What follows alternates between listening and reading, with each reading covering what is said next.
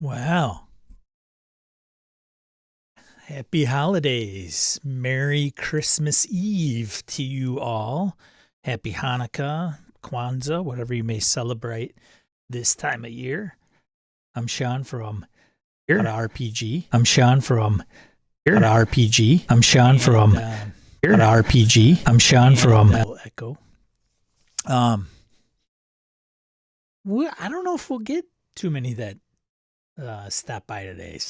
There's probably plenty of people traveling to get to where they need to go for the holidays. But we'll see. This will be the last live stream of Saturdays with Sean, where I talk about tabletop RPGs and what has happened throughout most of the week. I don't know why I'm wearing a short sleeve shirt. It's disastrously cold where I am right now, which is lovely Madison, Wisconsin. But yeah, we might have a low turnout today, and that's okay. So who knows? I may end up talking to myself, but I bet I'm gonna bet I might get one or two people that show up today. So or during this recording. So today is December 24th. There he is. Roger, first one. Good to see you, man. The Grave in the Flesh. I knew I could count on some hardcore BSers to show up. So if this is your first live stream, William, good to see you. Merry Christmas. Aaron likes to listen, so he chimes in to probably let me know that he's here right up the street from me. Good to see you, man. The Mun Grinder. So today will be a little routine. I don't know if it's really a surprise at the end, but it'll be an interesting walkthrough that I'm excited to do. I actually was putting it together right up until the start of this stream. Phil, good to see you. He's got nothing to do but hang out. You know, being a last resort, I'll accept it. I will accept it. Totally take it upon. I will definitely take it. So yeah, we'll see how today goes. The news is going to be a little bit short, which is okay. All right, so I think I don't know if we brought this up before. The cost of entry to this one, I think, is going to be if one game. The one game you're dedicated to getting to the table in 2023. What game is it? Yeah. What game is it that you're going to, like, that's it. Like, you're just going to get it to the table. Whether you're going to play or run. What is it? For me, I think it's going to be, I say it every year. And I think I asked this before, actually, in a live stream, because I think I got Gabe Dibbing actually guessed it last time, which is Cold Shadows. I'm going to get it to the table. I'm actually going to probably drag Phil McClory, who's in the chat, and some of the guys like him and Harrigan and Kevin and Wayne. I'm going to drag them kicking and screaming to Cold Shadows, I think. So we'll see. We shall see. It's just a game that I want to play. It's just the game I want to play. And I say it every year. It's an espionage Cold War game. Roger French says 13th Age. Yeah, I can. 13th Age. Second edition coming out. Huge bundle being offered right now. I've thought about picking up the bundle. Oof, man, that's a lot. I got a lot of PDFs. But you know what? That's okay. I'd rather have a butt ton of PDFs that may not get to the table than a butt ton of printed material that I know won't get to the table. Roger. All right, Roger. Got Roger back on the bus.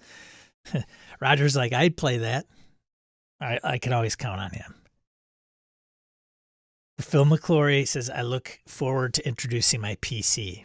Bond. James Bond. Fail trombone. Insert fail trombone. Effect. I may also have an announcement today. We'll see. I am for those of you that know me pretty well, it'll be a good announcement if I can get it off the ground. That's the trick. Like I have made certain proposals, proposed certain things, initiated certain things, and they have fallen flat, or I've never gotten them off the ground. It's a character flaw of mine. I'm not terrible at it. I think I execute on some things, but on others I'm not so good at. But I've got an idea that I want to see if I can get off the ground. We'll see. It's going to take work again. Go figure. What's up? Who's in the Pacific Northwest getting up at an early 6 o'clock a.m. Central time, local time. Not getting my pilot license, although that would be kind of cool. I am really low again. I gotta fix my camera angle or something. Maybe I'm wearing shoes typically, but yeah. Oh, we should probably turn this on too. Anyways, nice wire in the background. Awesome, right? It says nothing says professional than dangling wires. So what game are you absolutely gonna get to the table in 2023? Just one. You gotta hold yourself to it though. Not looking for 5, just looking for 1. And if we've gone over this question, I don't care. We're doing it again since it's the last stream of the year for this one. Phil says 2023. I'm running Call of Cthulhu for my buddies. Not sure if it'll be homebrew or published, but that's the goal. Oh, pardon me. Excuse me. All right. I remember you saying that, and I was being surprised that you hadn't run it, Phil. So very cool. Very cool. Ty Prunty, good morning. Game you're going to get to the table. We got Phil and Roger that has chimed in. Aaron, you have not chimed in. I know you're in the shadows there. Don't be shy.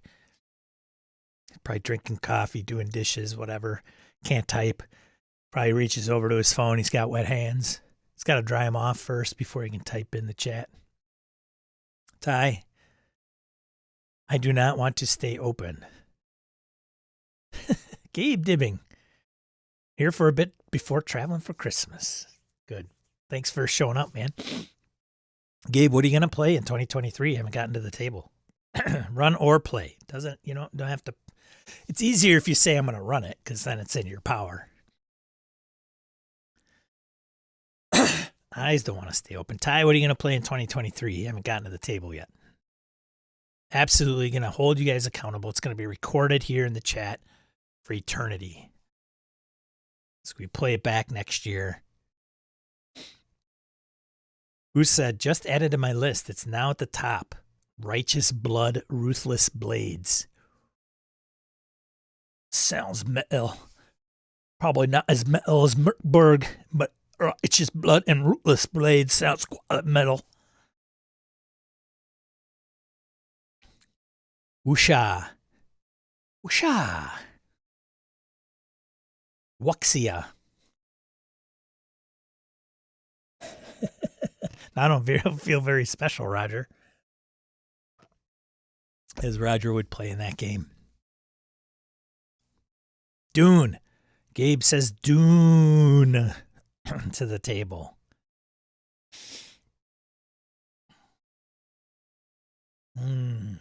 Dune. Gabe is 2D20 as I am to Year Zero Engine.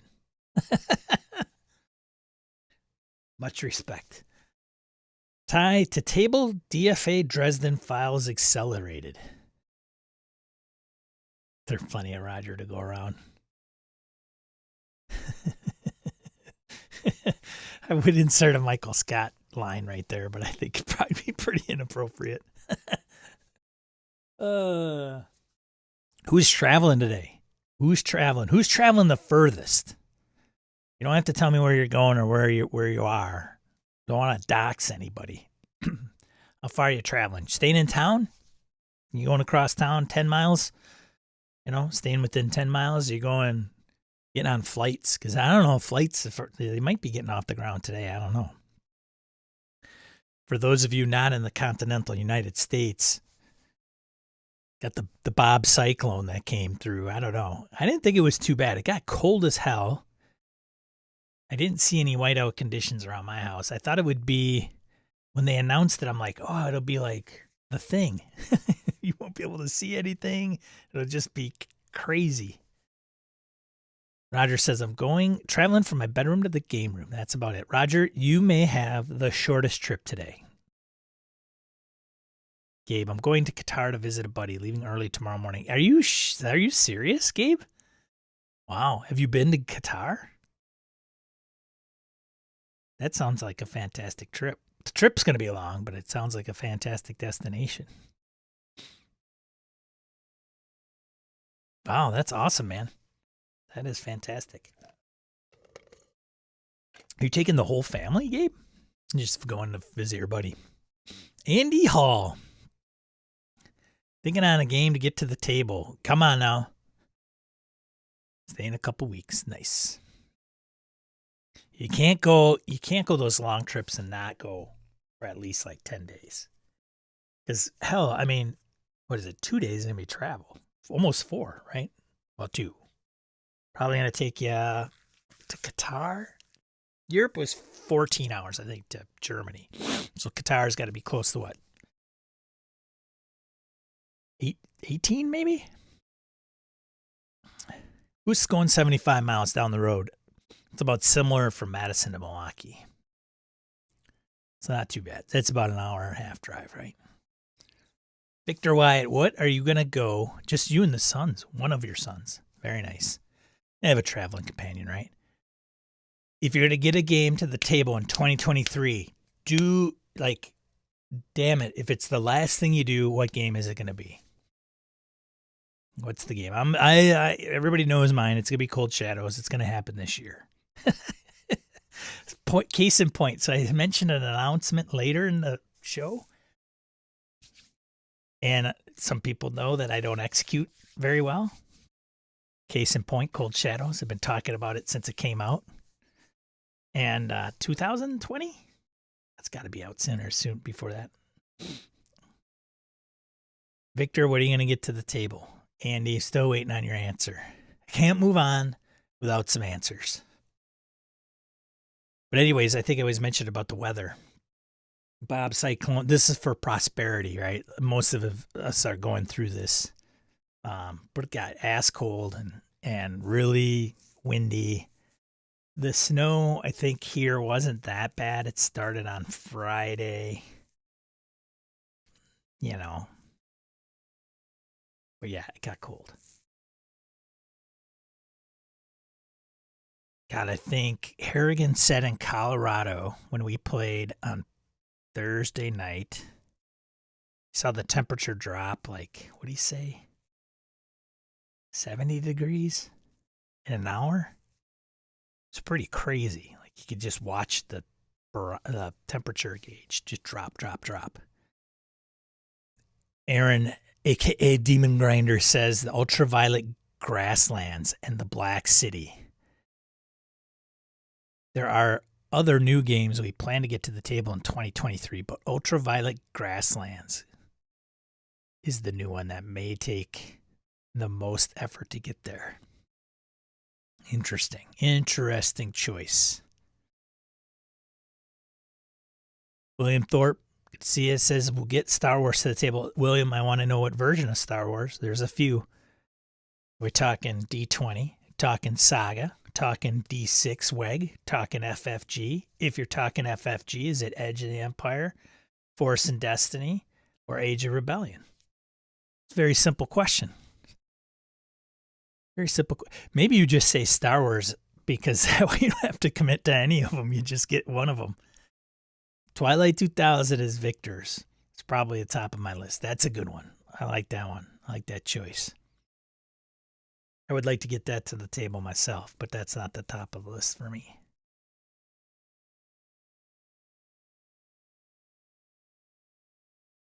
What else? Who else has come into the chat who has not spoken? Thou shalt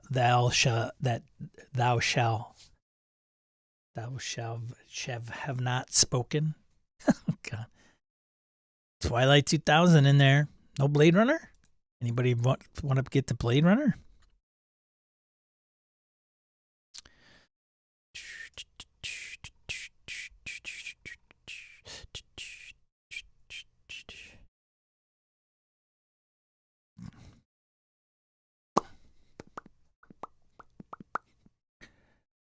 So Alien is on deck for the Thursday night group. We a couple weeks ago, it's probably been a month ago maybe,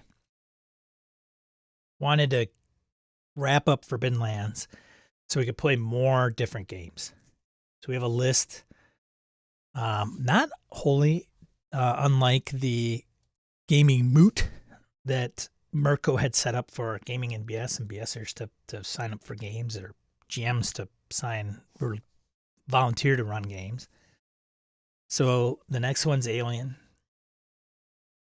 I'm going to run it. It'll be cinematic mode. I haven't decided which one. It was going to be Heart of Darkness or one of the other ones. And I guess if I run them in order, we'll see. Gabe, you're going to be playing Blade Runner in my group. Nice. I have the starter set. I'll be running that for BSerCon. Starter set's good. It's not long. You could probably do it in 1 or 2 sessions. Probably, I mean, I'm doing it. I ran it for GameholdCon, so be interested to hear your experiences, Gabe, if your game master goes outside of the starter box or starts with the starter box and goes forward. Because the starter box is great, but it's one. I would say it's almost a one shot. For sure. You could probably stretch it out, but it's a one shot. Victor, how did your characters like the Bitter Reach?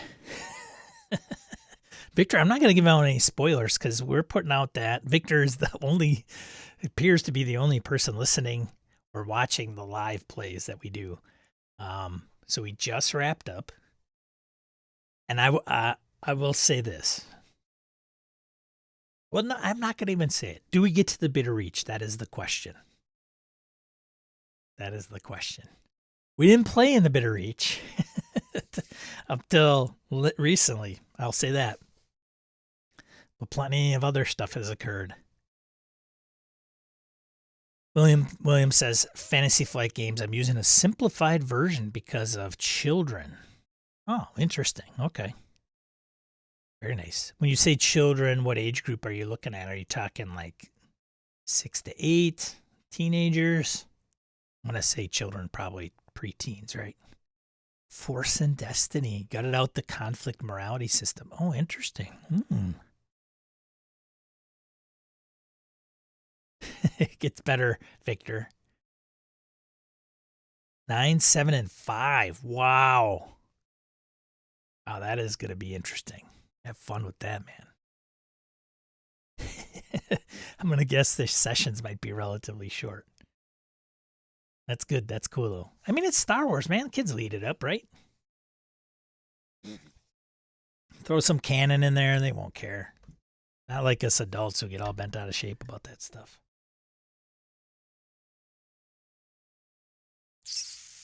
This might be it. We might have some others that jump in or jump out. Totally get it. It's travel day. Everybody's got to get to where they're going. Drive safe, fly safe.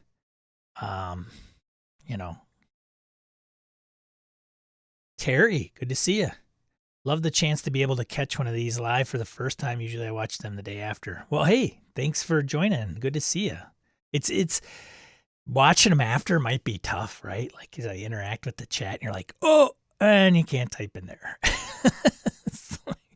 It's one of the shortcomings of live streams for sure. You're either I mean, you're either going to be there live or you're not going to probably watch it. So thank you for doing that. You're one of the exceptions. It's probably out there. But Terry, you got to come in now. Now you got to play the game. You got to be involved. What are you going to get to the table in 2023? Do or die. Play or GM. Doesn't matter. I am not going anywhere, Ty. Thanks for asking. Actually, that's not correct. I'm going to be going to my sister-in-law's today, which will involve my sister-in-law, my nephew, my wife, and I. So relatively low-key. We are responsible for bringing over desserts, which will be a butt ton of stuff. But it'll be fun. We both have very small families. Mine's kind of all over the place. I have my sister who is, I think, in Florida right now. My mother's not having Christmas till January. She's literally down the street. My father is across the parking lot, but he, we don't really do a lot. It's like for birthdays and Christmas, it's pretty low key. I'll probably stop by there tomorrow. We don't get in, like, I don't have decorations or tree up. I think if you have kids, you're probably more apt to getting into that. We used to put up lights, even a tree at one time, and then we just said, screw it.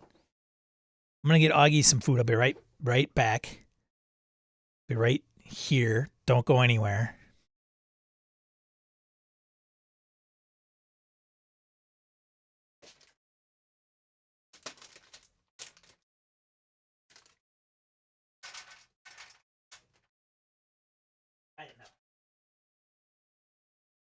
All right. Yeah, so I'm going, and my sister-in-law lives across town. She is literally, I think, like 4.5 miles away, but it still takes like 10 minutes to get there.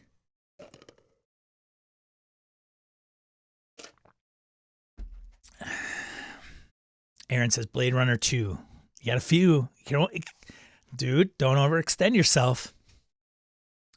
We're playing a run through Free League starter set. So far, we're just wrapping up Alien. I will give Blade Runner starter set's a good one. I wouldn't almost call it a starter set only because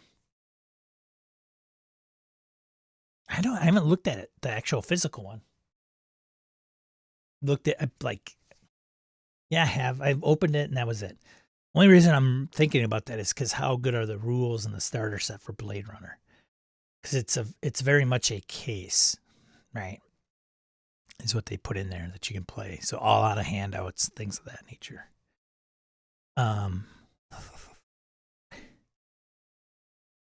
Alien's gonna. So far, we're just wrapping up Alien. That's a good one. You like it? I hope.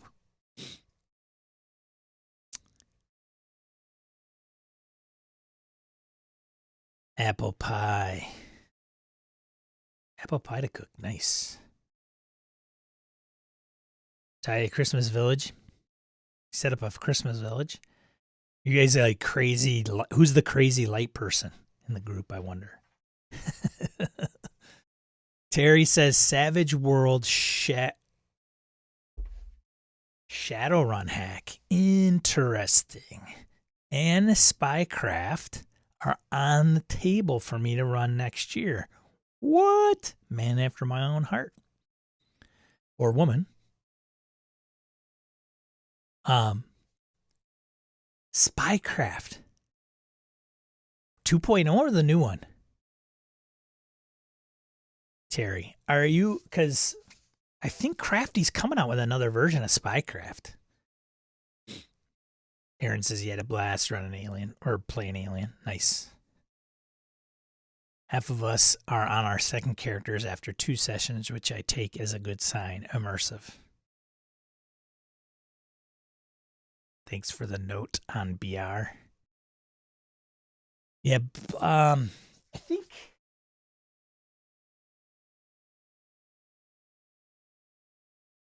and Blade Runner is really cool if you play it in person because they're big on handouts for Blade Runner. Lots of clues and stuff. So I think, so I've run this at GameholeCon, but I thought the rules are not in the starter set. I think. I could be wrong. I could be wrong. So you get the cards, dice, set of dice, which are custom, by the way. Oh, they do have a rules set. They do have a rules booklet in there. So yeah, and the cool thing, most of the times with Forbidden Lands, most of the times with Free League,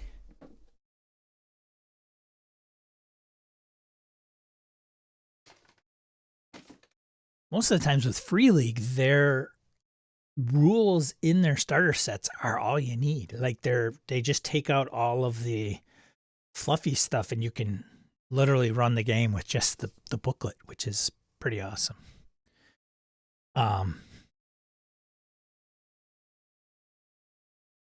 Some games, I don't know how effective they are when you get just a starter set. You gotta boots.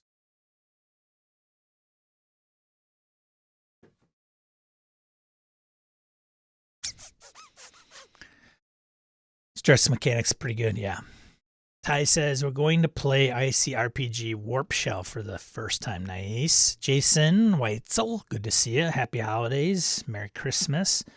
Happy Hanukkah. Happy Kwanzaa. Jason, if you have to get it, if it's the last thing you're gonna do in 2023, what game are you gonna get to the table? That's the question today. Terry says Spycraft 1 or 2. I think I'll be too old or dead by the time the new one rolls around. Yeah, I agree. Love the crafty guys, but the development release schedule is hell from them. Yeah. Yeah. I've played with Alex. My first Spycraft game that I think I'd ever played was at Gen Con. Spycraft. I think it was the original, maybe. Could have been 2 at the time. Ooh, I can't remember. I used to have Spycraft 1 coming out of my ears, and I got rid of it. I think I might. I don't even think I have the core books. I think I got rid of the whole thing. I'm like, I'm never going to play this. I got rid of both of them.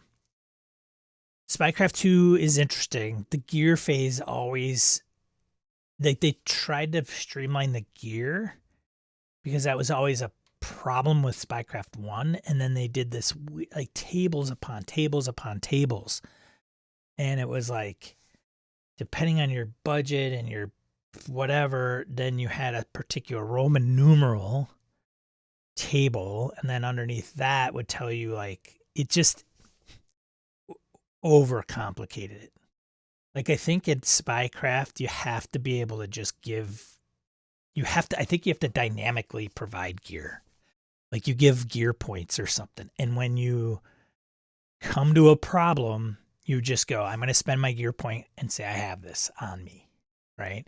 And then when you're out of gear points, and as the story continues, then you're done. Like, you forgot to bring it or something along those lines.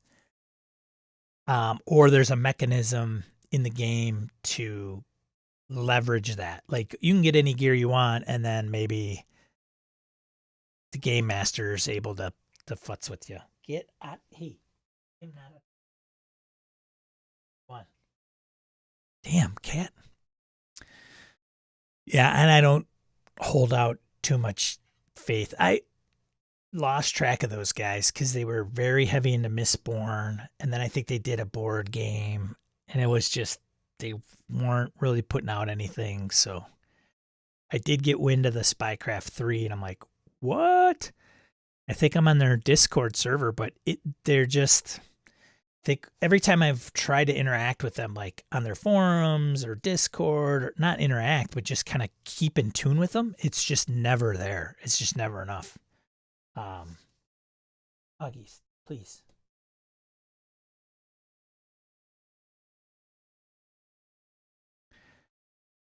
Oh no. I bet you one of my dogs is up. Hold on.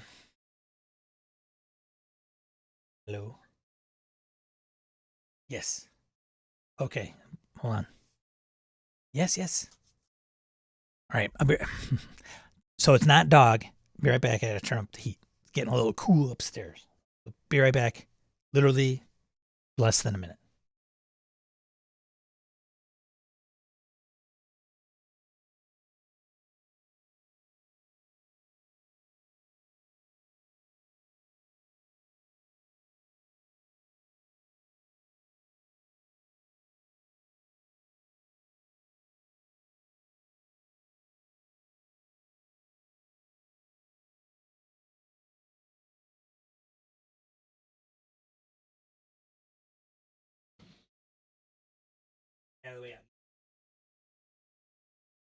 All right. Harrigan. I need it. I do. Harrigan, it's funny.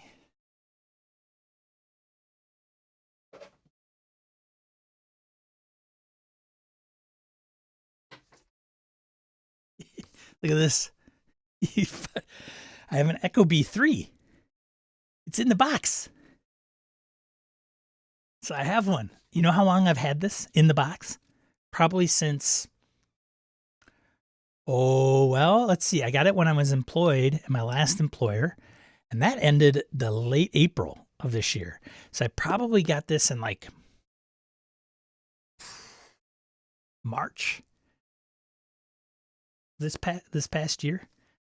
I haven't installed it because I'm afraid that I will short out my furnace. So I have to get somebody to do it. I just pay them like, just put this thing in. I know it's not that hard, but there you go. I have one. Hee hee. So, Harrigan, getting to the table, 2023, do or die. Well, here's the deal with the Nest thing, or Ecobee, is if I screw it up, it's minus, I don't know, 5 out today. Like, it just would not be cool to really screw up my furnace right now, or ever, for that matter. Just saying. It's all legit. I mean, my dad would say, because we have an Irish name, I guess that's debatable with the EY, but nonetheless, he would say, without bad luck, we would have no luck at all. So, but good to see you, man. We went over traveling. How far are you going? I didn't know if you knew this, but Gabe Dibbing is going to Qatar with one of his sons tomorrow. A few people are staying relatively close. And then the entry question is, what game are you going to get to the table in 2023 no matter what? Like, if you have to play it even by yourself and it's not a solo game, what are you going to get to the table in 2023?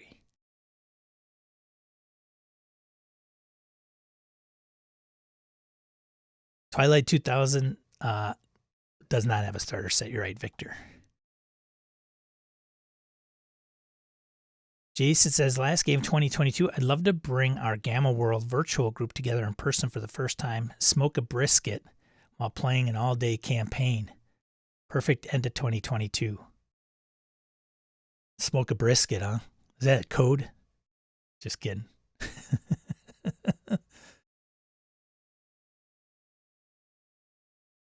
It's low voltage, man. I don't even know okay, let's talk thermostats, right? I know there's like pin configurations. Like, I have the instructions. I've looked at it. It's like, hey, if your current thermostat's like a 2-wire or a 4-wire, this is how you do it. I don't know. It also tells you, like, you got to turn off the breaker that controls your furnace. I don't know, man. Ty says, I thought all you need is 007's Walther. It's Walther, by the way. TH, Walther, PP, and it's PPK. Come on, Ty. A martini, hot car, hot women, and that is all you need for Spycraft. Yeah, well, I mean, if you want to play it like that.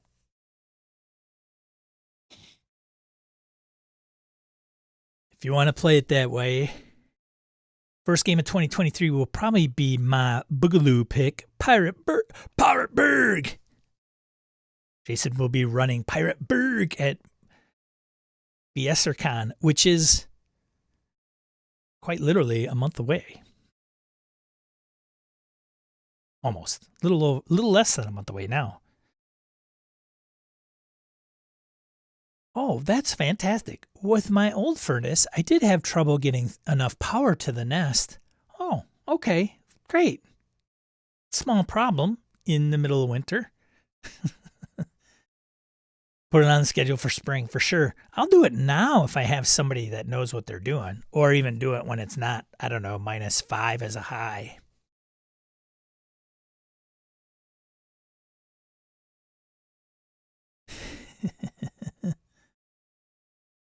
Orcus Dorcas, good morning. Happy Christmas Eve to you. Orcus Dorcas 2023. If do or die, if you're going to get a game to the table, what game is it going to be? Farty, good to see you. Alien RPG. I've got everything except Colonial Marines, and I'll probably pick that up soon. I've got the starter set on the table as a reminder to get it started. Nice. Good to see you, Farty. Hope things are warmer.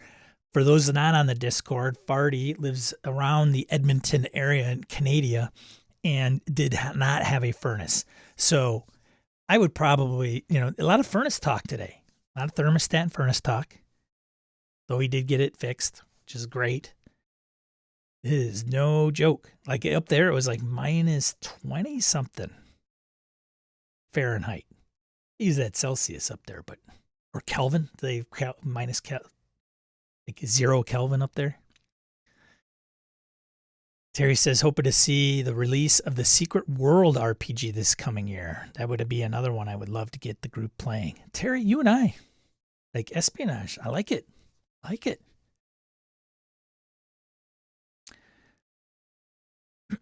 Staying out for Christmas for what I'm getting to the table in 2023.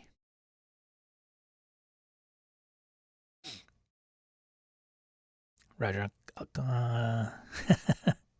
come take care of that for you, Sean. I'll hop on a flight this afternoon. Sweet, man. It's not cheap to fly into Madison.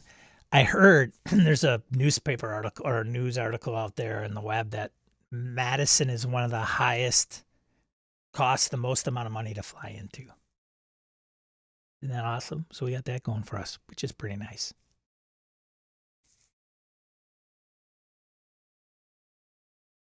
You can pick your BSR Con games, Harrigan.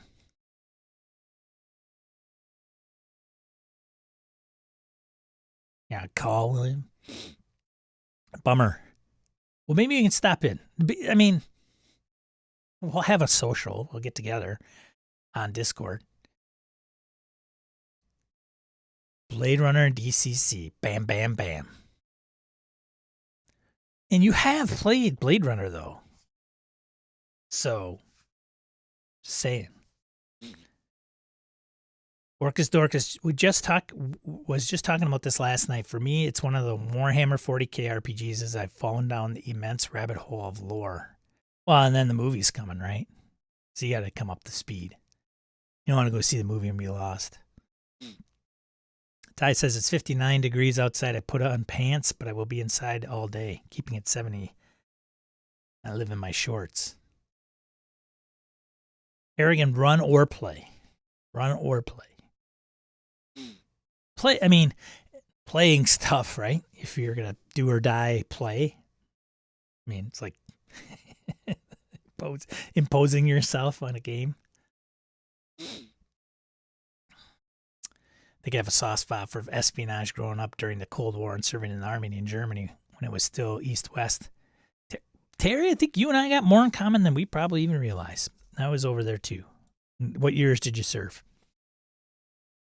I served in Europe in 90 to 91, 93 to 95. Yeah, 93 and 95.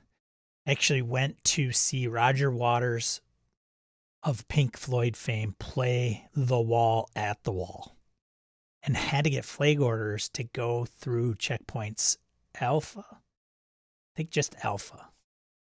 Alpha or Bravo. Maybe Alpha. Charlie was gone.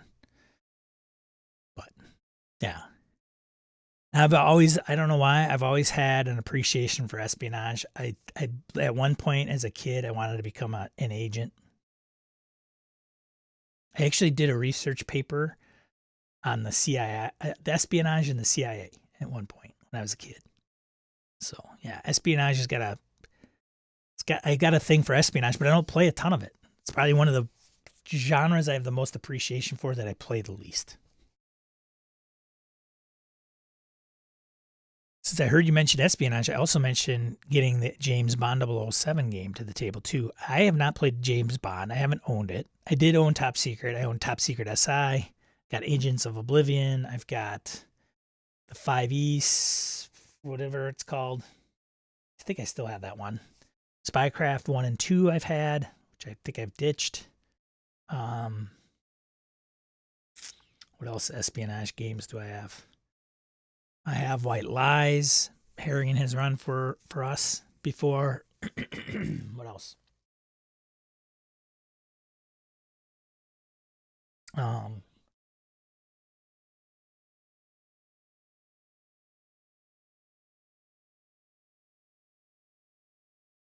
What? Yeah, espionage is a good one. I like espionage.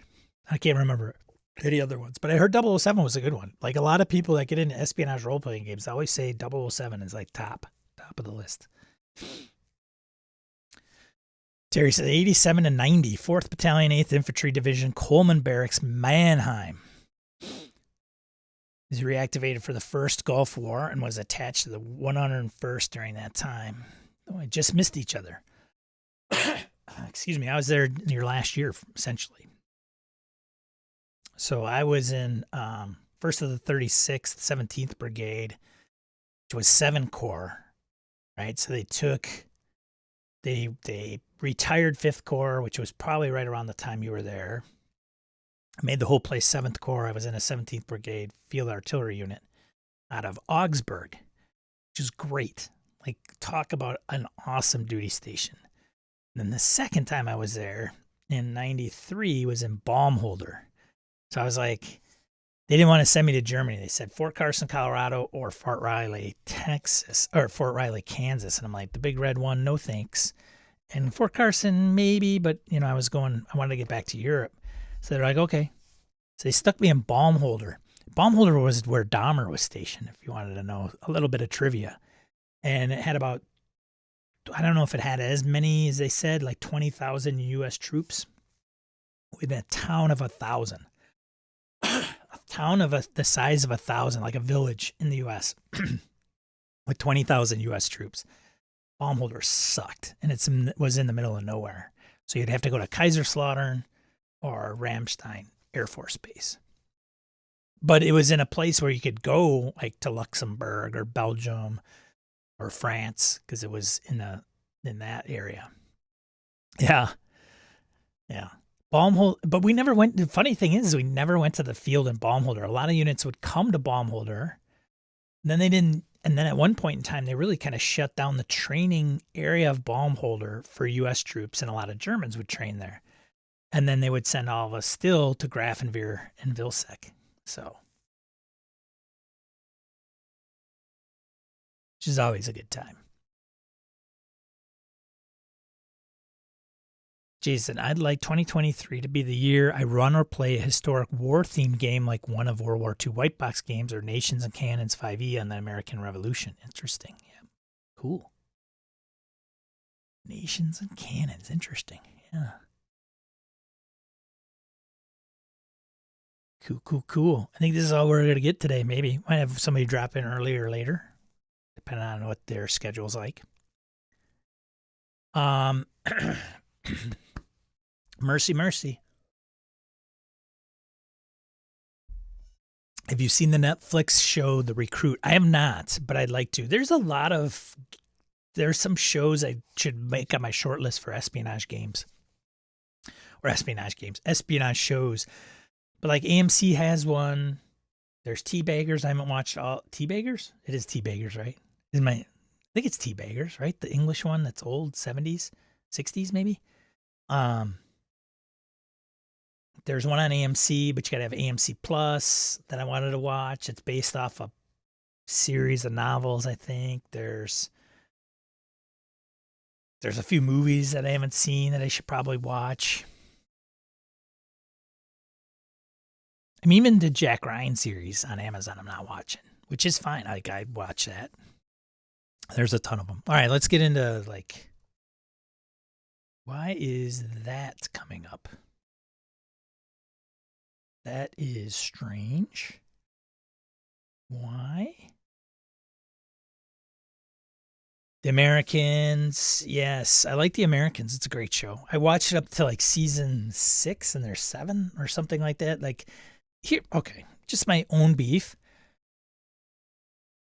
If I'm into a show and I binge watch it, like if I did it like after this stream every week, 2 episodes, and just went like just plowed through them, and then I get caught up. but then there's like a 2-year gap, drives me absolutely bonkers. Absolutely bonkers. And then I never go back. And I thought The Americans was one of those. Like, I got all the way up, and then they were coming out with like the next season, but it was a year and a half or something ridiculous. Oh, The America, singular. It's a movie with Clooney. Oh, my bad. I still like The Americans. The American.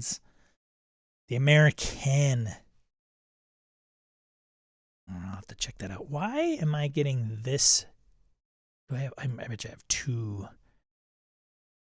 instances of this wonderful browser up, is what I might guess.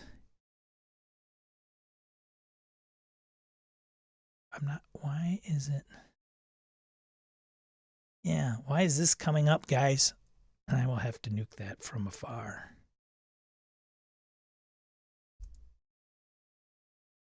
Come on. I know what's going on here. That's the... Hold on, bear with me. I gotta just show you guys this, right?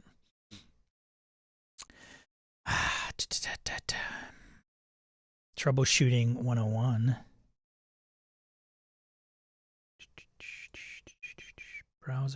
Browser. Just gotta change which one I am grabbing. Oh, now, boop, there we go. All right, start off with this one, huh? So this made its way through the Discord a little bit, and some of you will consider this a rehash, maybe. The best-selling fantasy RPGs. Didn't say best-selling RPGs. So best-selling fantasy RPGs published on DriveThru in 2022. So if you're not in the know and you haven't seen this, maybe you have some guesses. Maybe top 2, 3. Are they on this list? So Geek Native has been fortunate enough to work with DriveThru again this year to list the best-selling titles. So good. They got it from DriveThru and worked with them to get this list together rather than just try to conclude on their own what they thought was the best-selling fantasy RPGs on DriveThru. So those not in the know, those spoilers, you yahoos out there that have seen the list, weigh in if you'd like, but you better hurry up because I got to scroll down so we can get to this thing.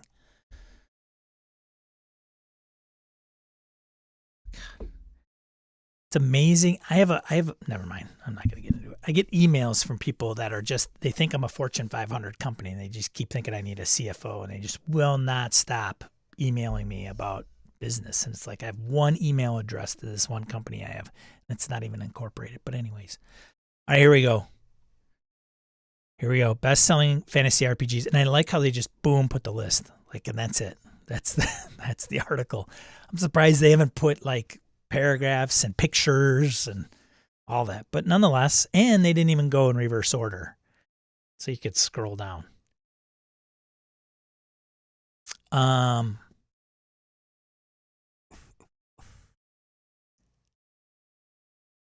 But it says RPGs, and only half are RPGs. The rest are supplements and advice tips books. Ooh, technicality, Victor Wyatt calls it out. Winds of Magic, Cubicle 7. Winds of Magic.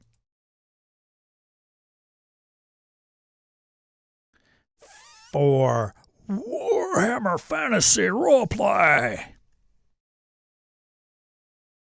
There you go. Number 1. The rest, you don't need to know the rest since it's number 1. Fabula Ultima TTJ RPG. What's TTJ RPG? Oh, Japanese style. So interesting. Tabletop Japanese role-playing game. Okay. Sean got to get with the acronyms. So Fabula Ultima. Interesting. Inspired by Japanese-style console RPGs or JRPGs. There you go. 360 full-color pages. It's a beast of a book.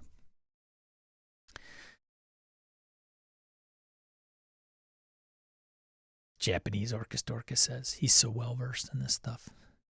Tome Adventure Design, which I have right here.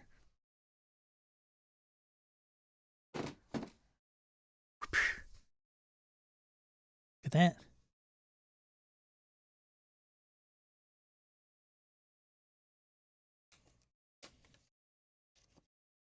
Very handy. Very cool. So that made number 3, apparently. Congrats to Matt Finch, the crew. Some favorites by the group here. Easy D6, core rulebook. Easy D6 by Runehammer Games. It's a neat system. I enjoyed it. What else? I don't know if we want to go through all 20, but we will. We'll go over them. Warhammer Fantasy, another one. Adventures in Rokugan, which is the Legend of the Five Rings supplement. I think is it for 5e, right? Yes, for 5th edition. The Lazy DM's Companion by Sly Flourish. I wonder how much he makes on that a month, because that thing's been out for a while. And if it's of 2022, that's the Companion might have came out during that time. But he's had that Lazy Dungeon Master system out for a while. Darrow Deep. Oh, by Greg Gillespie. Oh, great. Isn't that special? OSR version. Not the 5e pandering version, mind you. Tome of Chaos. By our Talsorian Games. For The Witcher.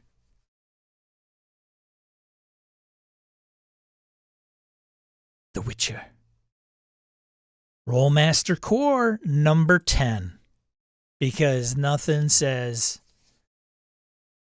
hey, let's play some games more than Rollmaster Core. This just came out too. Like not even that long ago. Literally what, a couple months ago maybe? Rollmaster Core by ICE. Still around. Iron Crown Enterprises. More WFRP by Cubicle 7. So Cubicle 7 obviously takes the cake on this list, I'm pretty sure. They have more entries than anybody else. Shadowrun 6th World Companion, core rulebook by Catalyst. Avatar Legends. Is that thing even out yet? Avatar? Isn't it coming out? Ship date for the US, I thought Mr. Salzweedle put out there. It's coming soon. A multi-million-dollar Kickstarter that was for this game. Another Warhammer, Age of Sigmar Soulbound by Cubicle 7.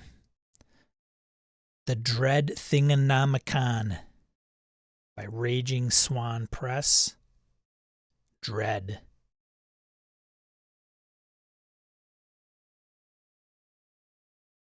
Lots of authors involved in this one.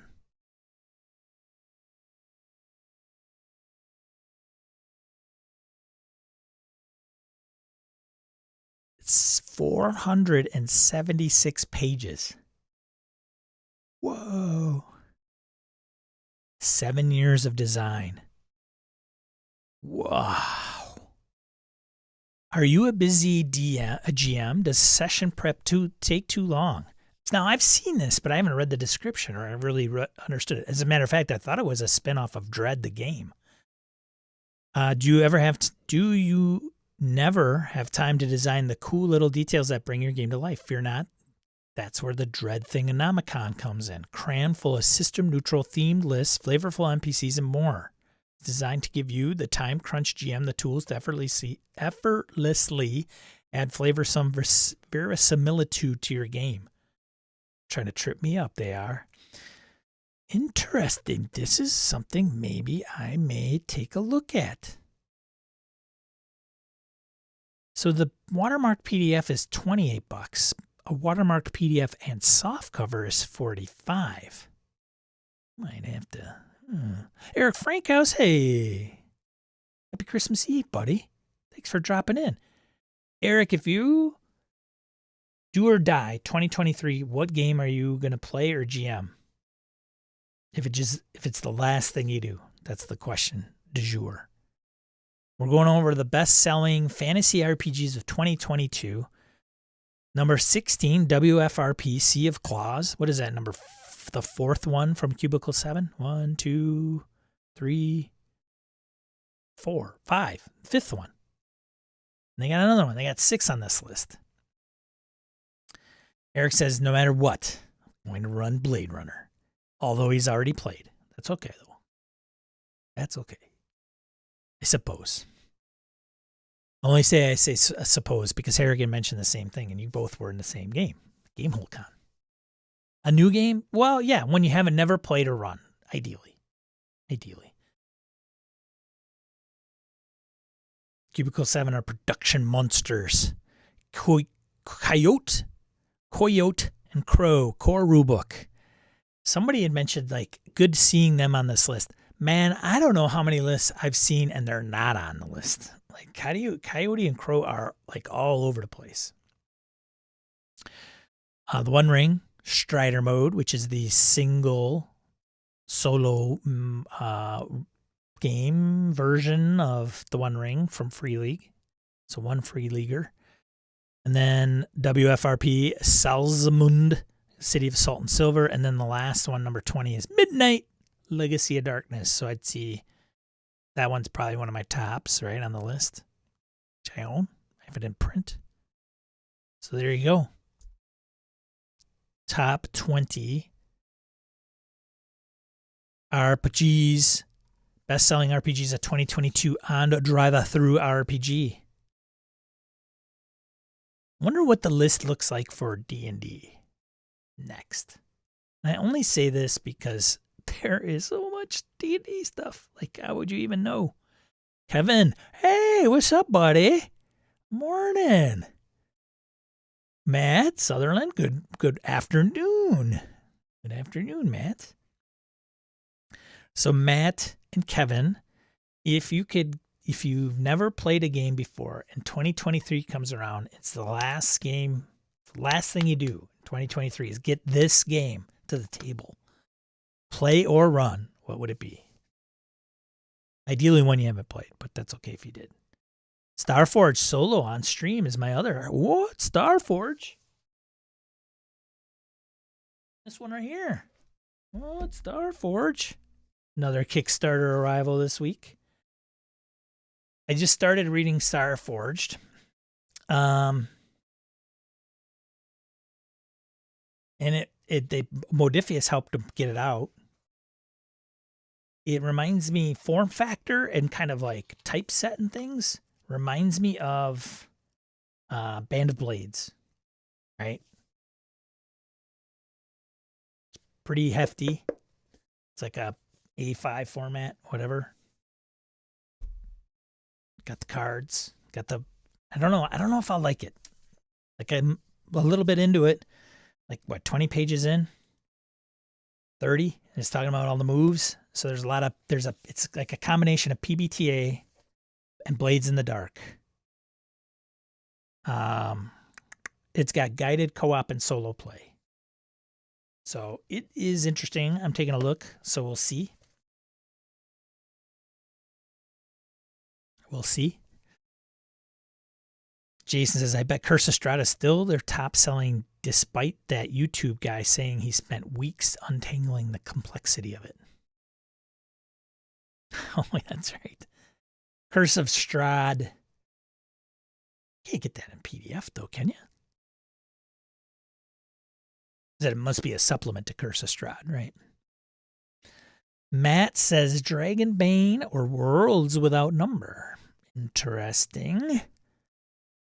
Kevin says, oof, tough question. I don't come with the softballs, Kev, all right? Let's just, I don't know what kind of Cubby's podcast you're listening to or producing. Game I've never played would probably be the Black Hack or Band of Blades game I've played before but would love to do again is Fantasy Flight game Star Wars. Got it. Nice. The Black Hack. Were you gone when Wayne ran the Black Hack?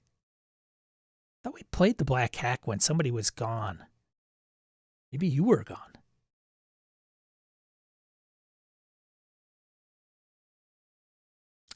Zero Theory, good morning. Did Sean already speak about 364 dungeon room a day? I've not, but I will, and I can. Zero Theory, you are to let us know what game, if it's the last thing you do in 2023, what game are you going to get to the table that you have not played or run? That would be ideal. But if you have and you want to get it to the table again, that's fine. Run or GM, by the way. Eileen, that's the question of the jour. Good to see you. You were gone, so that's why we played the Black Hack. Wow, the irony. Phil says, ran the Dragonbane quick start for my kids and nephews. It was a lot of fun, especially when they realized monster attacks always hit unless they evade. What game do you most want to get to the table in 23? Victor, I said Cold Shadows. That's been the one on the list for 5 years now.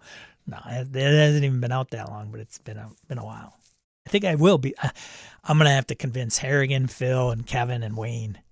Wayne's the only guy who isn't here today. He usually is. Zero Theory. DCC funnel. Never tried it. Been trying to. Ooh, DCC. Nice. Darkest House, Eileen says, by Mutty Cook Games. Nice. Nice. All right, so there's the top 20. What else do we have? Close all these windows. A decent turnout. I thought you guys would be out traveling, tied up with family stuff. Wouldn't be able to get here today. Thanks for joining. Much appreciated. Spending Christmas Eve together as a family here. The only difference is like we don't have drunk uncle or crazy politics.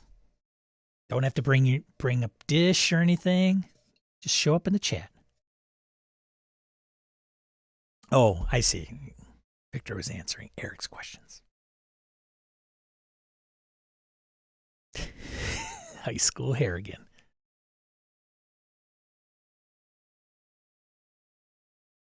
Let's see. Let's go to print news. We'll go to regular news. Like Ian World. Great. Here you go, Ian World. Check out Ian World for all the good stuff. They do great stuff of consolidating all this info. Open game license for 1.1 OGL has been updated and proposed for Wizards of the Coast. I'm not going to get into that. There's a lot of stuff floating around, a lot of people chiming in on this. Check it out if you're interested. I don't know. There should be conversation around it because who knows how it's going to impact the industry as a whole, but there's many people that have voices out there. And you know what, frankly, I'm just going to say this. I not share this. And I'm just going to say this. You can continue to play 5e probably pretty easily. There's so much 5e stuff out there. Although Christian Serrano and I were having a talk the other night. And is there? Like the release schedule, is it frequent enough? He was talking about the 3.5 stuff, and he's like, I remember in 3.5, I was getting a book a month. And it kept me engaged, it kept me going. And I think sometimes with the D&D crowd, they're starving for that stuff. They're putting out 4 releases a year. It's not enough. I don't know. Agree, disagree, that's up to you. You probably agree or disagree and probably don't play 5e a lot, but whatever. There's a lot of that going around anyway. But, there's talks of like, hey, if you get a company that makes over $750,000 in sales, they'll be required to pay royalties. There's a lot of people going, nope, so long, see ya, thanks for all the fish, based on some of the details in the 1.1. Here's the deal. Find another game company to write stuff for, maybe. But Sean, they don't sell enough. Like, I'd write for 13th Age, but 5e is the cash cow. I could sell more with 5e. You could probably still make 5e stuff. So it's going to probably splinter things pretty well moving forward. Like, you're just going to get the folks that are 5e loyalists, or one D&D loyalists, whatever WotC puts out, they're going to be fine and dandy, pay the money, be happy, which is fine. What do we care? Why do we care? Unless somebody would say, but Sean, what if I go to the table and I want to play one D&D, but I'm not a subscriber, or the whole table says, no, you have to subscribe to this to play in this game? That's a conundrum for sure. I don't know. More to come on this, I'm sure. Let's see. Realms of Pugmire. Onyx Path announced the upcoming second edition for Pugmire. I have not played Pugmire, but the second edition is coming. 5th edition Fantasy. Goodman Games opened pre-orders for a new 5e adventure, The Prism of Redemption. Dungeon crawl is designed for 12th level characters. You know, it's interesting because Goodman Games is so DCC, but they do have a 5th edition product line. But I bet none of them are DCC players. I don't know. I bet you it's very. How many? I mean, it's a good strategy from Goodman Games. Like, hey, I'm going to put out a 5th edition product line to maybe take the folks from 5th edition, and then they'll realize we have DCC, and maybe they'll try that, and vice versa, right? All right, let's see. Pathfinder token pack for Foundry. Ew. Check that out, and then I think that's it for kind of news-ish there. Let's see, what do we got for print, and then I'm gonna get into something else. I might even skip. Let's just do crowdfunding news from, oops.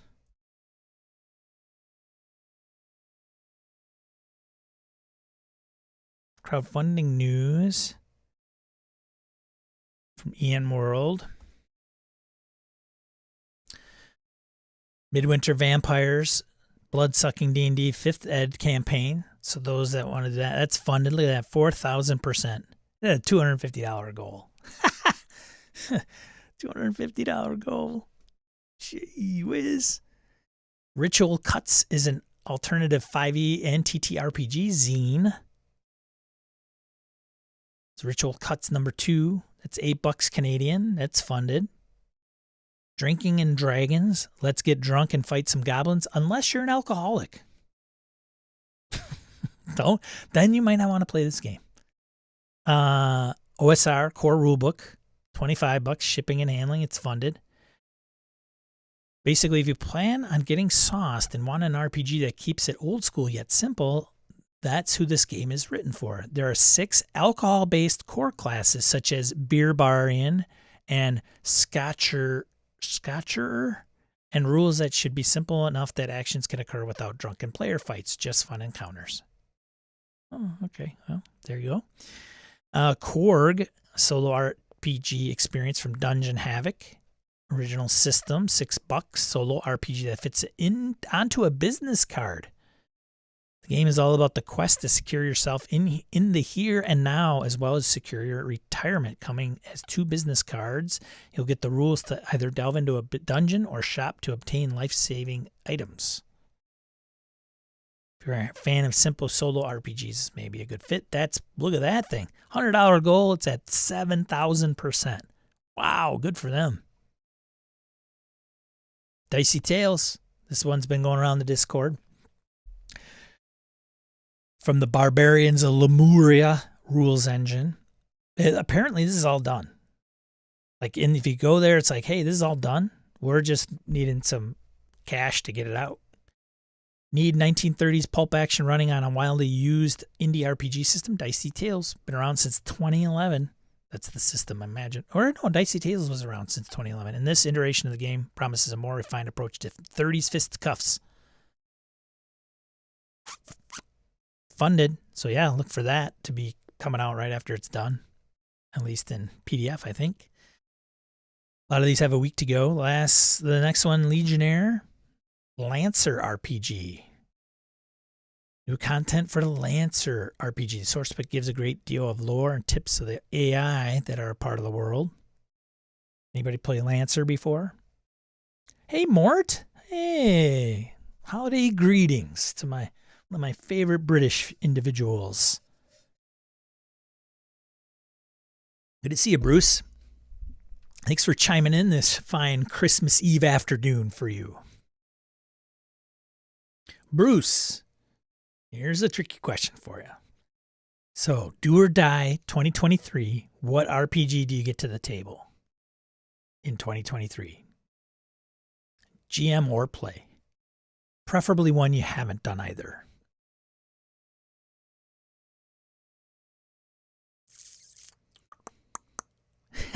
You like my shirt? It's the OG. OG, baby. On the back, it says Dark Trails. Savage Worlds. What? You've never played? I've owned about 3 or 4 ads and never played or run it. Wow. That's crazy, man. All right. That's fantastic. All right. Let's see. Island of Zerth. Zerth. You can have Zerth. You got a little thing in the water. It tastes very good. It's very nice. Very refreshing. Zerth. D&D 5th edition. Canadian dollars. Funded. Oh, wait a minute. Is not funded. What? Holy cow. What's going on here?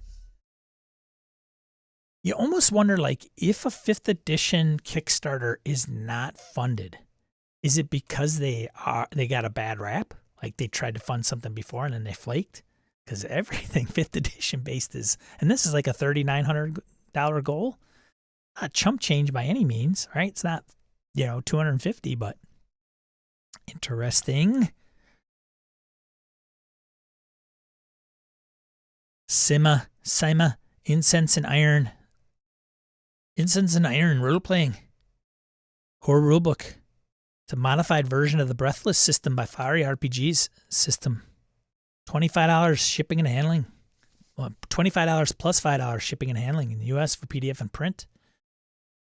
This game is set in something like the Iberian Peninsula, specifically a stand-in for their history with the church.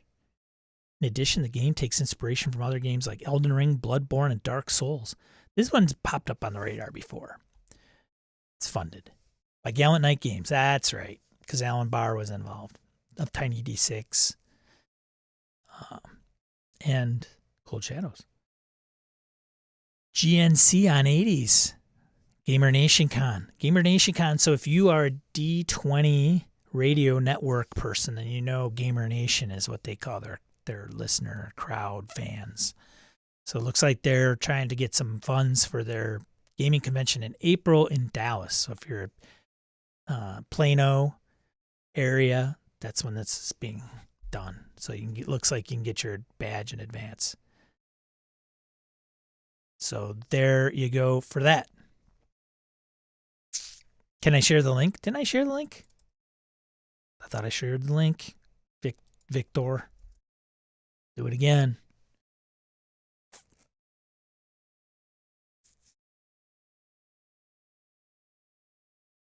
All right, let's see. Next one. I don't even know what the most anticipated RPGs in 2023 are. Oh, we do have that.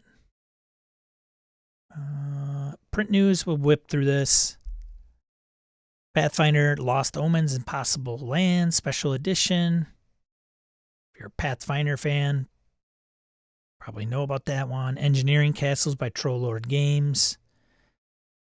Softcover includes floor plans of bastions, keeps, temples, and castles. Tools and templates are provided to design such plans from nothing, or if desired, to modify an existing structure. Kind of cool. The original Palladium fantasy role-playing game, first edition foil cover. Because, come on. It's before Rifts, people. OG. This is a hipster release right here. If you're a hipster, grab this thing. Joe Swick, good morning, sir. Happy holidays. Merry Christmas Eve. If you can get a game to the table, play or run in 2023, what would it be? What would it be? Zweihander Fantasy Horror RPG starter kit box set. Looks pretty neat. 30 bones. It's a lot for 30 bones, I think, right? GM screen, box, couple booklets. Nice. Absolute Power, Book 1. System, Absolute Power, Book 2. Essentials. Tri-Stat. 70 bones. Homeworld. It keeps popping up on the Modifius stuff. That's who's putting it out. Homeworld Revelations, GM screen, and the core book, 2d20.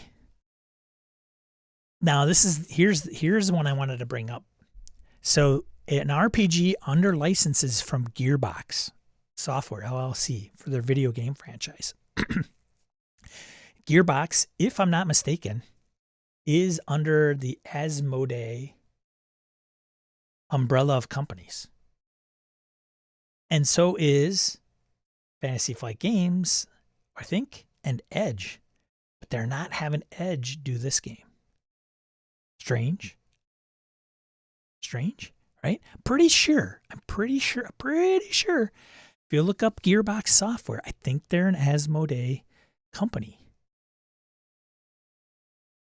And Modifius is not. But Edge is. I don't know what's going on. What does that say, though? What is that telling me? I don't know.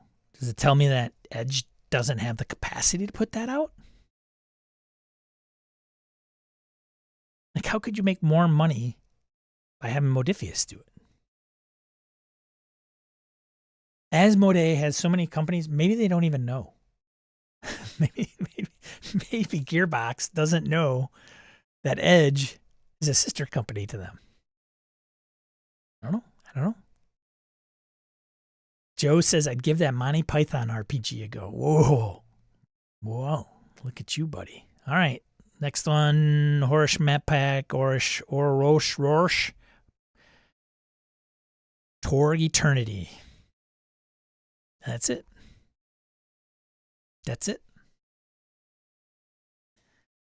Asmodee keeps calling you at this shop, asking you to order stuff. You can get it directly from them. Interesting.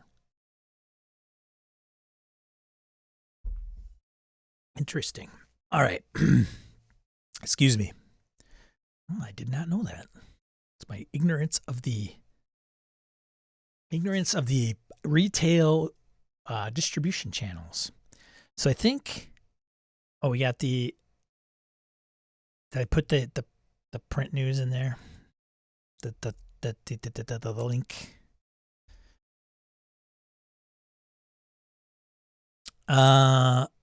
Vote for the most anticipated RPG of 2023. Up to 3 votes on EN World. So they want to know what we're all anticipating in 2023.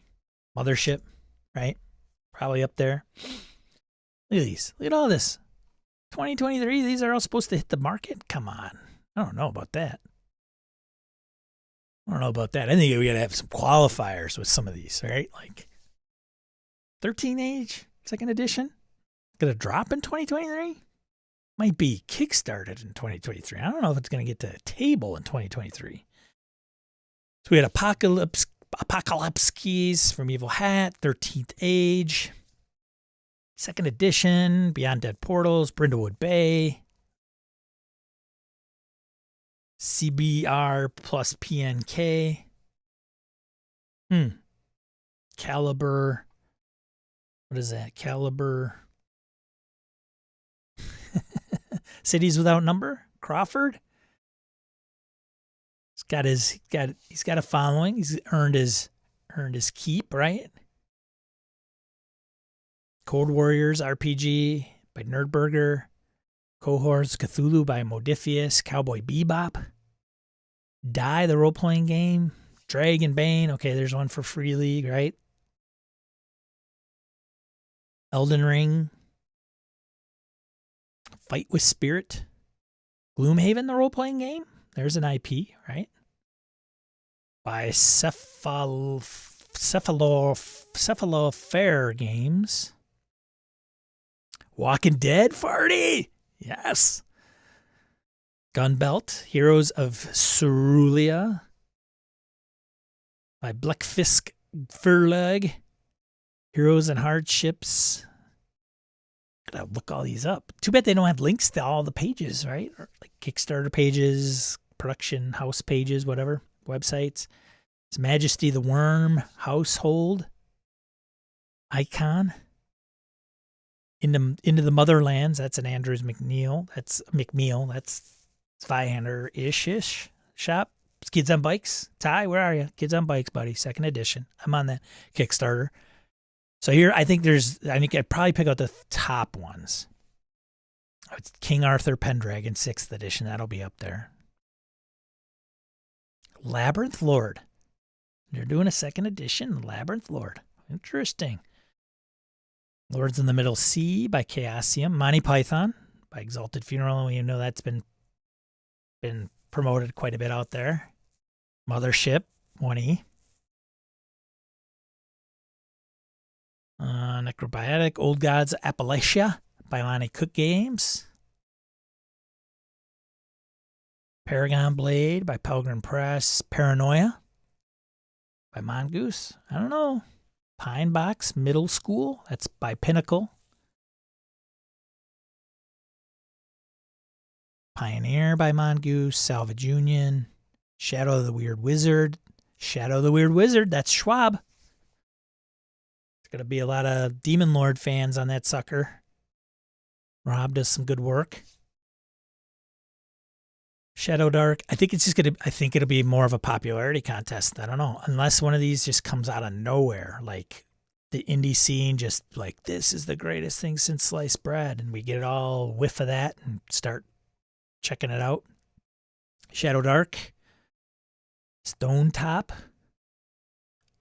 Subversion by Fragging Uniform Games. Misspent Youth. Fall in Love, Not in Line. And there's something like that's another fragging unicorn game. So it's a couple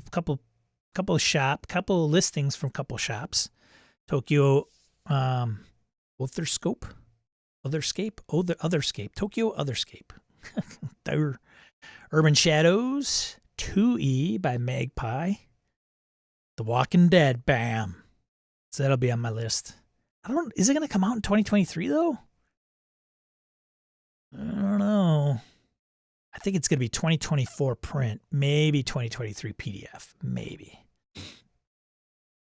You do turn around PDFs pretty quick on their Kickstarters. Warhammer 40K Imperium Maledictum or Maledictum. Maledictum. War Stories, Firelock Games, Witch, Fated Souls 2E, and Yaziba's Bed and Breakfast by Possum Creek Games. So, spoiler, last year was Blade Runner. Previous year, 2013, was 13th Age. Star Wars Force and Destiny in 2015. 2016, Rifts for Savage Worlds. Trudvang Chronicles in 2017, lost on me. Vampire Masquerade 5th Edition 2018, Savage Worlds Edition 2019, Dune 2020 and 2021, Twilight 2000 2021, and Blade Runner last year. So what do these all have in common? Twilight 2000, Savage Worlds, Star Wars, known IPs. Kind of. Twilight 2000's got, I don't know if it's known, but it was previous game, right? Vampire, previous game with decent sized followings, I'm sure. I don't know about Twilight 2000. I know a lot of us back in the 80s may have owned it. 13th Age was new, though. 2013. 2013, though, you got to look at the time. Like, what was going on then to have 13th Age be the most anticipated?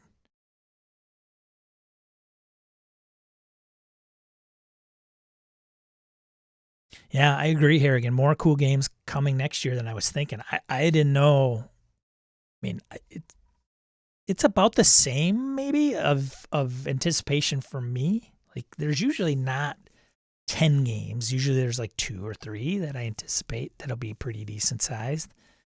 For me, I would say for me personally would be Walking Dead, maybe Pendragon would be the 2 at the top of my list. Maybe Mothership. Mothership's waning on me here. It's just been a while. Plus, we got the original.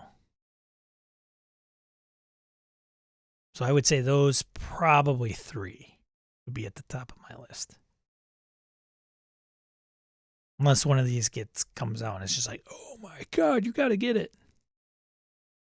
I appreciate Kevin Crawford's and Zide nominee publishing, but not a Stars Without Number fan and Worlds Without Number fan. I'm sure he will do quite well. Hello, Wayne. Glad you could join us on this fine Christmas Eve day.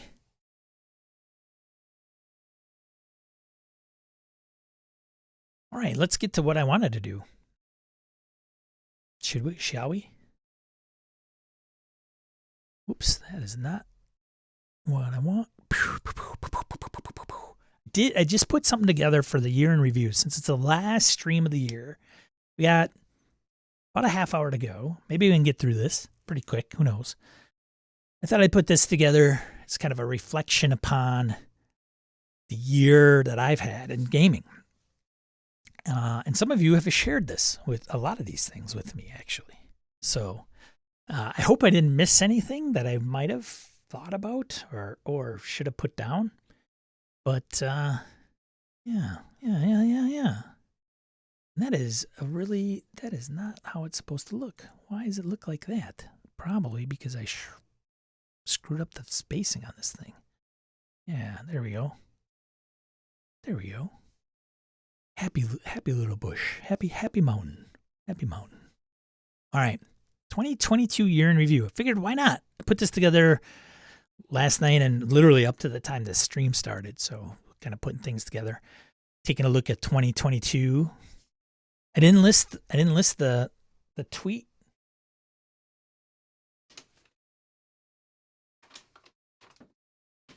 And the tweet about like what game I would have wanted to get to the table in 2022. Did I get it there? I should have probably referenced that.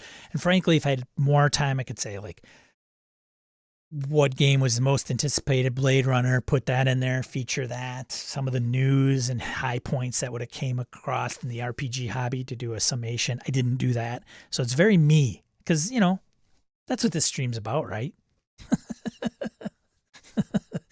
Huh. I mean, come on, what do you expect from a narcissist? So let's get to it, shall we? So January, BSRCon. First, BSRCon 1, mind you, in January. Many of you were present and joined. It was quite an event. The screenshot shows one of the, I think, in-between games social hours. Some of you could probably make out your mugshot in there. But I would say the highlight of January in 2022 was staying warm and partaking in BSRCon, where I ran Forget About It, which I felt didn't do very good on the virtual tabletop as much as it is in person. I don't think I ran anything else. I did play Rangers of the Midden Vale. Thank you for Harrigan for inviting me and sliding me into that game. Did I miss another game that I played? Those were the 2 big ones, I think. I think there was another one, maybe?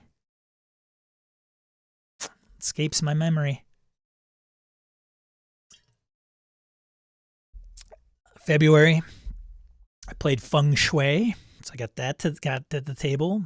With Roger, Zagrave, and Farty. And want to thank DM Kyle for running that for us. And there was one other individual, as the name and handle escapes me. I don't think he's part of our Discord, but going into a huge mob, Japanese mob wedding on a cruise ship thing, invading that was quite enjoyable. Got a little taste of feng shui.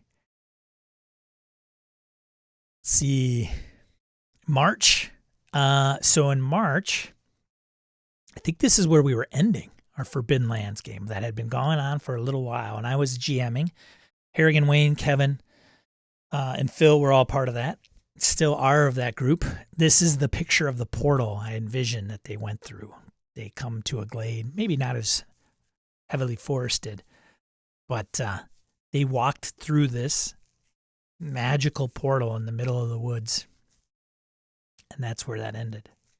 So their characters are still alive and well. Maybe we'll go back. The door. Yeah, the door.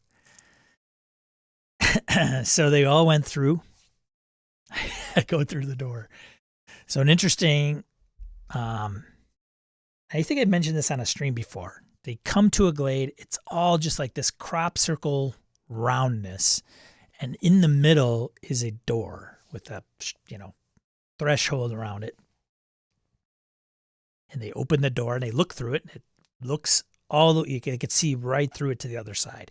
And they kind of go around it.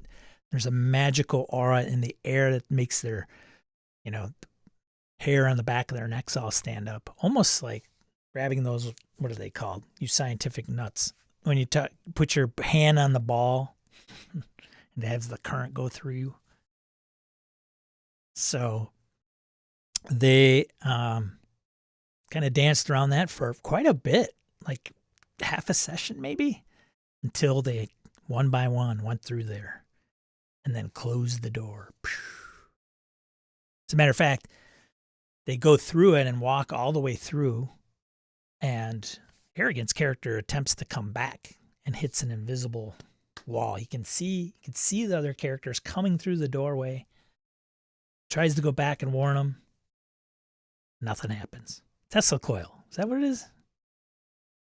Yeah, that's what it is. Who's?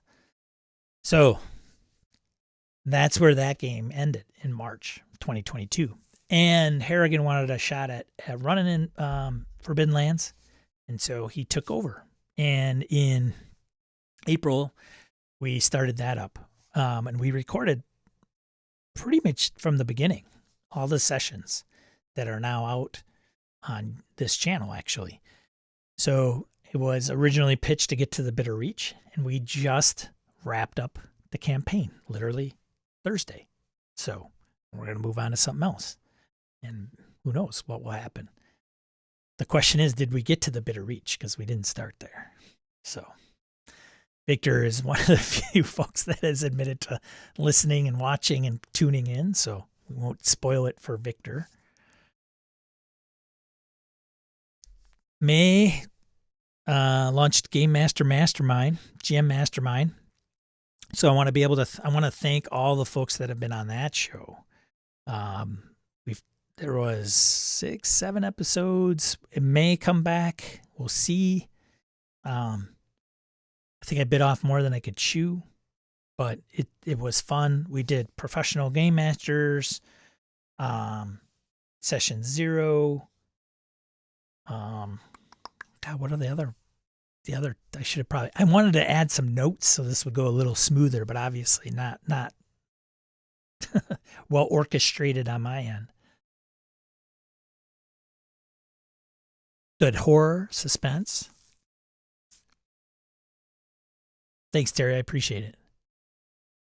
June, I played Broken Compass. That's what this game is. So Mirko, Harrigan, Malcolm, Zagrave. There's going to be a theme with some of these, right?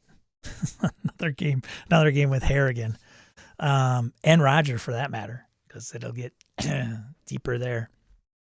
And that's on the left, and then on the right, you'll notice that strip of people. And you're probably wondering, like, what was that from? Well, that was the end of Gaming and BS. So June 27th, the last episode, 384, Gaming and BS dropped. And that was the after show that we got together. And I got really freaking hammered. That was not a good night for Sean. So, yeah. So, yeah, that was the 27th. Seems like a longer period of time has lapsed, but it was only in June where we dropped at. So thanks everybody who, I mean, some of you are here because of that show, and friendships have been made, and just so impactful all the way around. So thanks for being part of the ride.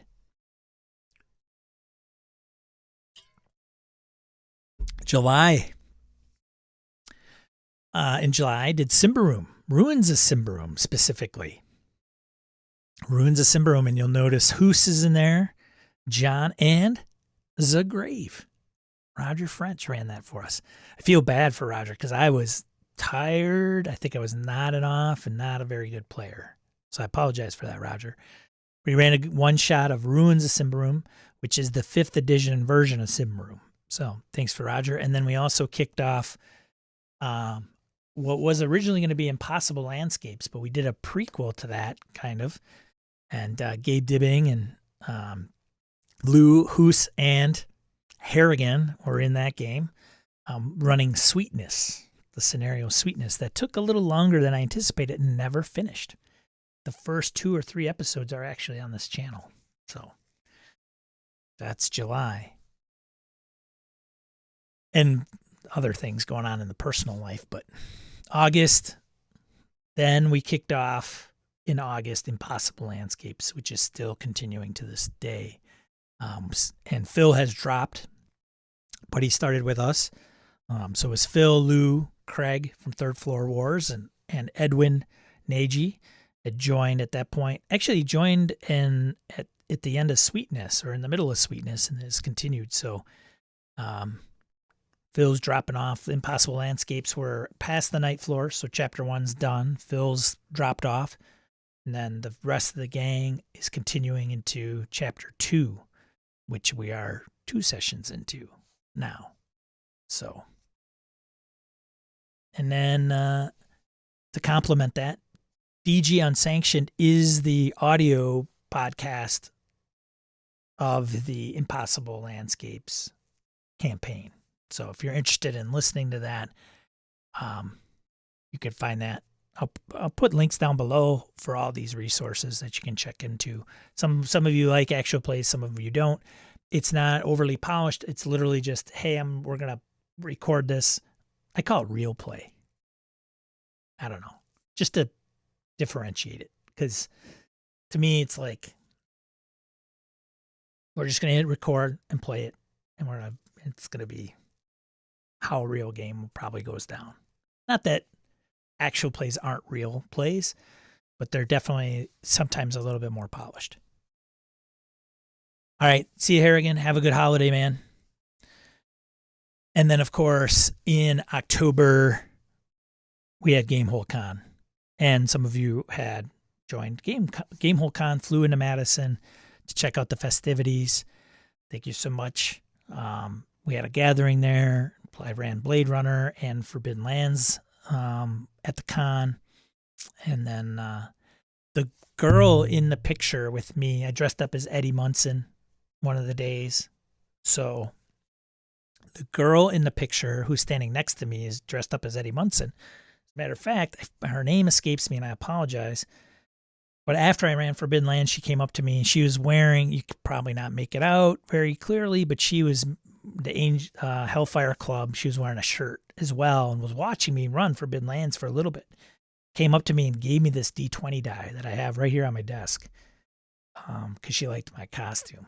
So I asked Mom if we could get a picture together, and that's her and I. So, and then the rest of the crew that joined, and Eileen had put on the social at one of the local hotels. Thanks for Eileen and Brandon putting that together. And Zwiefer, who I don't think is in the chat, brought like homemade apple cider,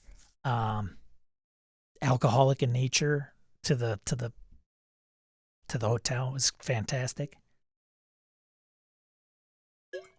Kevin, see you later. Wayne, I don't know if Wayne's dropping, but see you, Kev.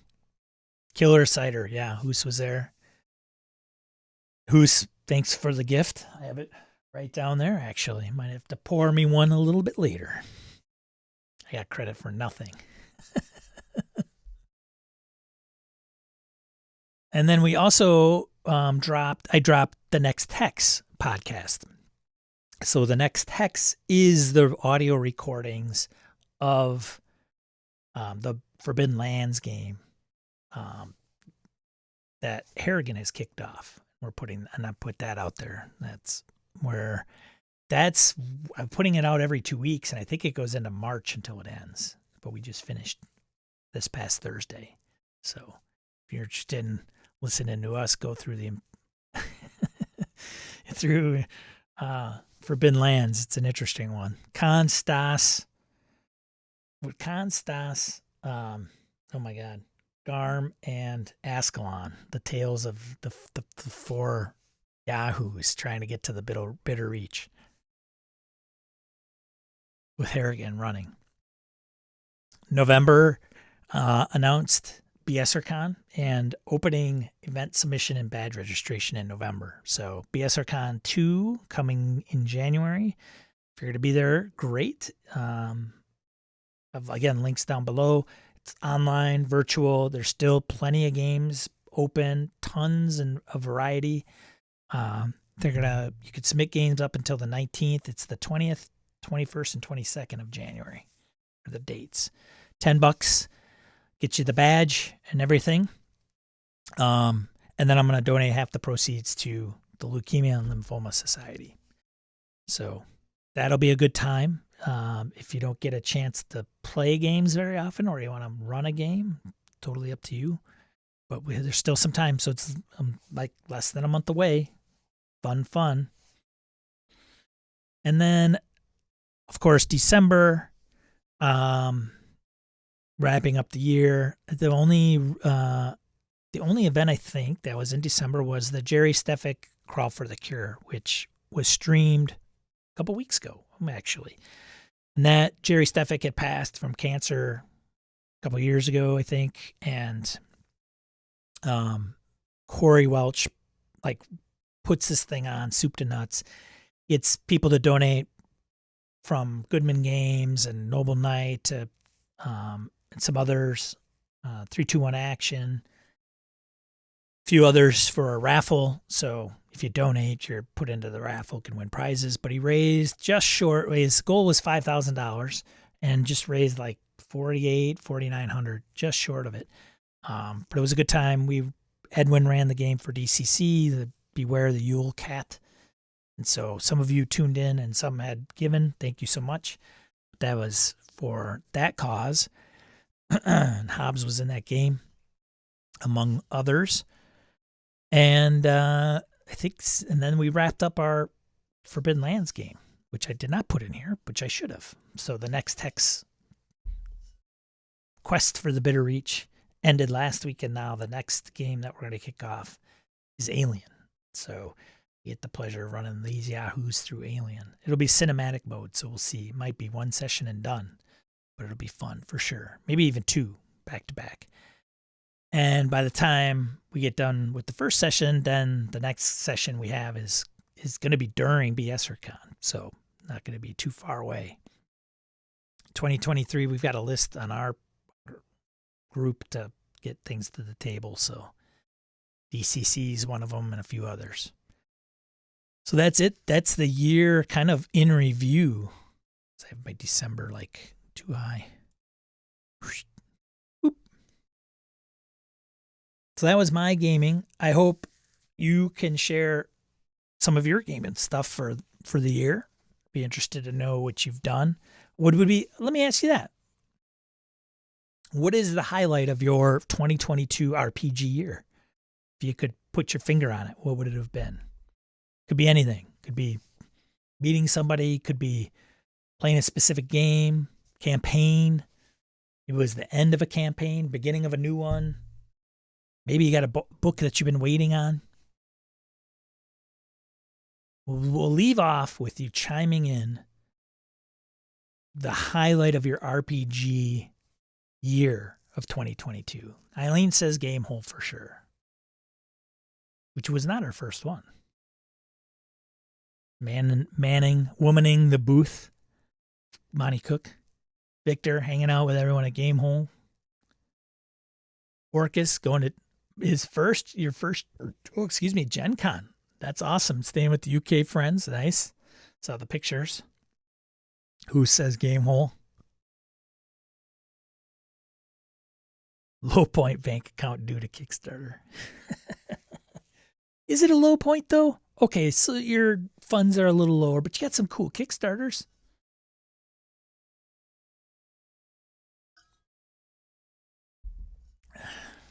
Zero Theory, 17 sessions of Merc Borg. Misery, 6 out of 7. What world about to end, and it was a blast. That's fantastic.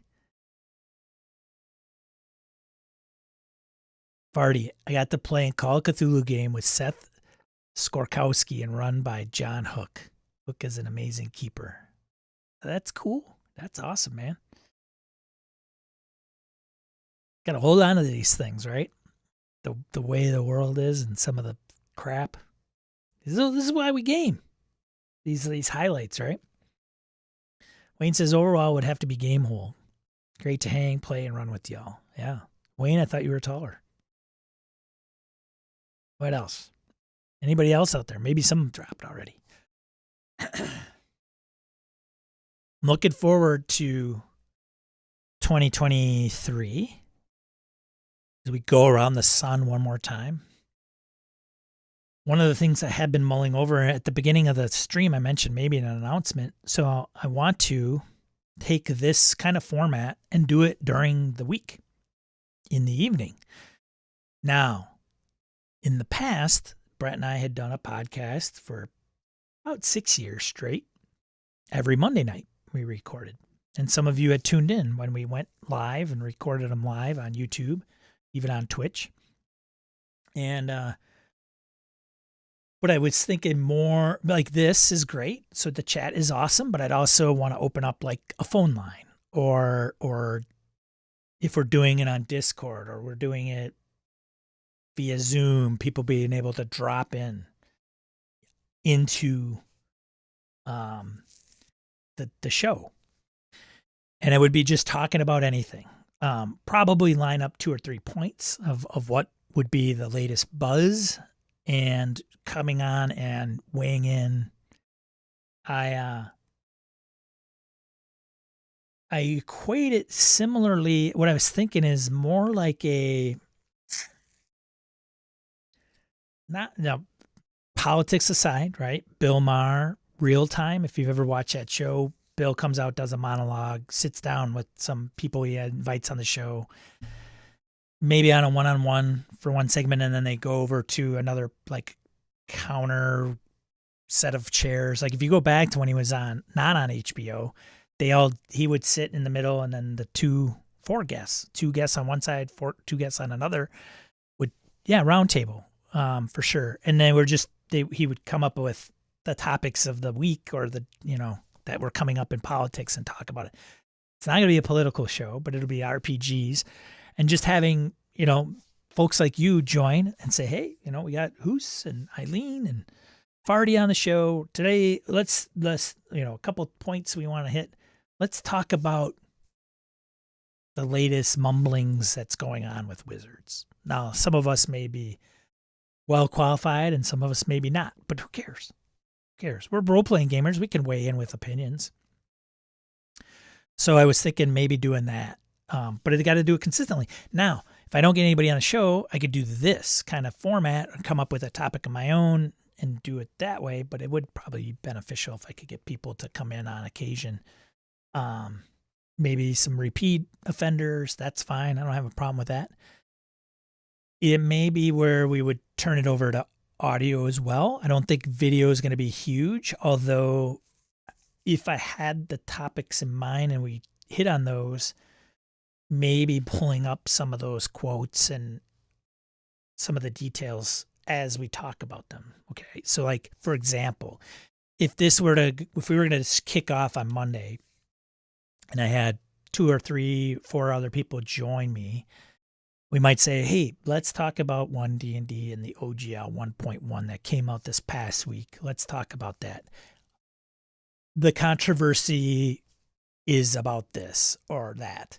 Now, I would love to get folks that are in the industry that have done publishing for 5th edition, but the part of the problem with GM Mastermind is trying to get the right people on the show at the right time, talking about the right topic. This, I'd run very, very, very loose in that regard. We would just have opinions as gamers. And some of us probably wouldn't know what that is. Like, what is the 1.1 OGL? What does it mean? We just bring it up, have a roundtable discussion about it, and doing it during the week, during a stream for no more than an hour. Which could, and stream it here. See how it goes. So that's an idea I've been toying around with, because there's a lot of people that can't make this, or it's a real pain to make this time frame. And this format is very much going through like EN Worlds, like new print products, Kickstarter, something. Sometimes there's a topic involved, sometimes there isn't. So something I'd like to see happen. Sounds fun. I'd watch. Farty, would you take part? Maybe that's the question. So, I would take probably the list of people that were interested in doing GM Mastermind and bring them into this format. And I would have to get some overlays done. And, I'd probably do more of an intro. But that's what I'm envisioning. So, GM Coffee Talk Hour. Yeah. Lounge. I don't know if lounge gets overused in podcasts. So I was thinking like GM Lounge, Game Master Lounge. I don't know, names. I started spitballing. Would it be something like that? But highs for 2022. I only had a few people chime in. Mark's genre mixer. Where you been? He's been stalking, been lurking, stalking. Stalking's not good. Lurking's good. The highlight of 2022 was that I met several people out on YouTube land, and I got to run a Christmas-themed 2-shot for them a couple weeks ago. Bravo, well done, and good to see you, Mark. GM interrogation room. Yeah, because that sounds very welcoming. I don't know about that. Round table, maybe. I don't know. RPG Power Hour. I don't know. We'll see. Ugh, this hair is driving me crazy in these hats, man. Ugh. Be up for joining? Awesome. I think we can all learn from each other for sure. It would see, I think it would be fun. Get some discussion going with some of you guys. I think it would definitely fire up, because I think I got some feedback recently. And one piece of feedback was the Discord server, which is a lot of our community, and some of you are on there, and some of you are moderators on there, seems to kind of dwindle a little bit. And some have said, at least one person had said, because there isn't any, the Discord was based around the Gaming and BS podcast. And without any Gaming and BS, then that diminishes, it takes away from the purpose of the Discord. So I thought, okay, got it, noted. There isn't anything consistent I'm doing other than this stream every Saturday, and not everybody's tuning in. It's not put out as an audio podcast. But I think this other thing might have some legs. And, there is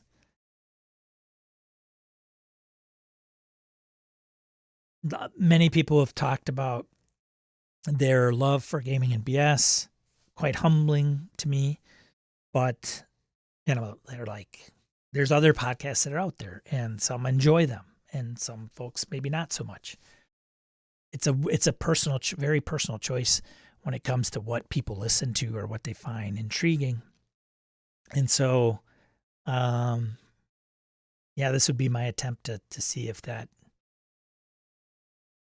sparks an interest in the community. But like many podcasts, some will listen to it or view and some won't. So the one of the things I want to do is get my Impossible Landscapes. God, it does make sense. Forbidden Lands group on there to do a debrief on the most recent campaign. So it's not so much like, hey, let's talk about Forbidden Lands. Let's talk about some of the things we ran into about the lore, about the mechanics, some of the things we thought we knew that we didn't know, and then tripped up about it like 3/4 of the way in, and put it out there. And if people have an interest in having us talk about that, great. They may glean something from that they have seen in their own campaigns or own games. Or somebody's going to come around and say, oh, I want to run Forbidden Lands. Here are some things these guys talked about on theirs after having run it for 9 months, 8 months.